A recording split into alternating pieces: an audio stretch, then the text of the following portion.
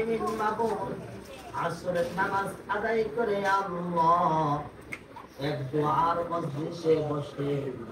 ইয়া আল্লাহ গুনাহগার বান্দাদেরকে নিয়ে আপনার সামনে দরবারে হাজির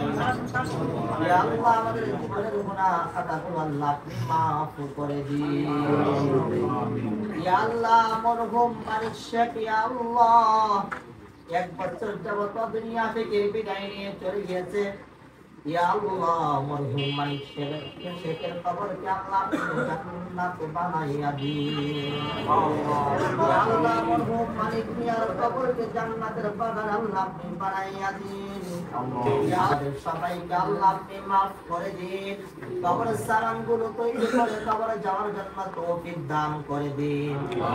ঈমানের আমলের সাথে সবসময় থাকার তৌফিক দান করে দিন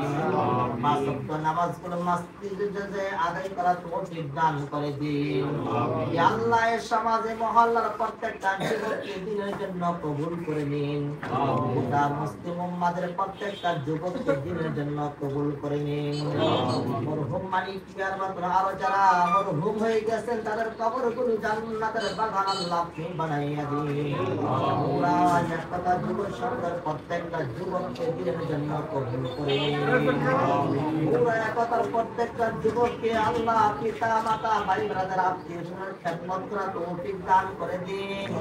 প্রত্যেকটা যুবককে জাতির খাদেম হিসেবে আল্লাহ আপনি কবুল করে নিন প্রত্যেকটা যুবককে আপনি দ্বীনের সঠিক জ্ঞান বুঝ দান করে দিন ইয়া আল্লাহ আমাদের ভিতরে অনেকে অসুস্থ ইয়া আল্লাহ যারা অসুস্থ তাদেরকে সুস্থতা নিয়ামত দান করে দিন যারা দুনিয়া থেকে চলে গেছে আমাদের মাঝ থেকে ইয়া আল্লাহ মরহুম মালিক মিয়া সহ সকলের কবরগুলো জান্নাতের বান্দারি ব্যবস্থা করেছেন এই উদ্দেশ্য মাকসাদগুলোকে আল্লাহ আপনি দ্বীনের জন্য কবুল করে নিন আল্লাহ ইয়া আল্লাহ ইয়া সাবকে লক্ষ গুণ বৃদ্ধি করিয়া নবী আলাইহিস সালামের রওজা আতহার ইয়া সাবকে ইয়া আল্লাহ আপনি পৌঁছায়া দিন বাবা আদম আলাইহিস সালাম থেকে আজ পর্যন্ত যত মুমিন মুমিনাত যুবকদের ইয়া আল্লাহ ওরা একতা যুব সংঘের সদস্য ছিল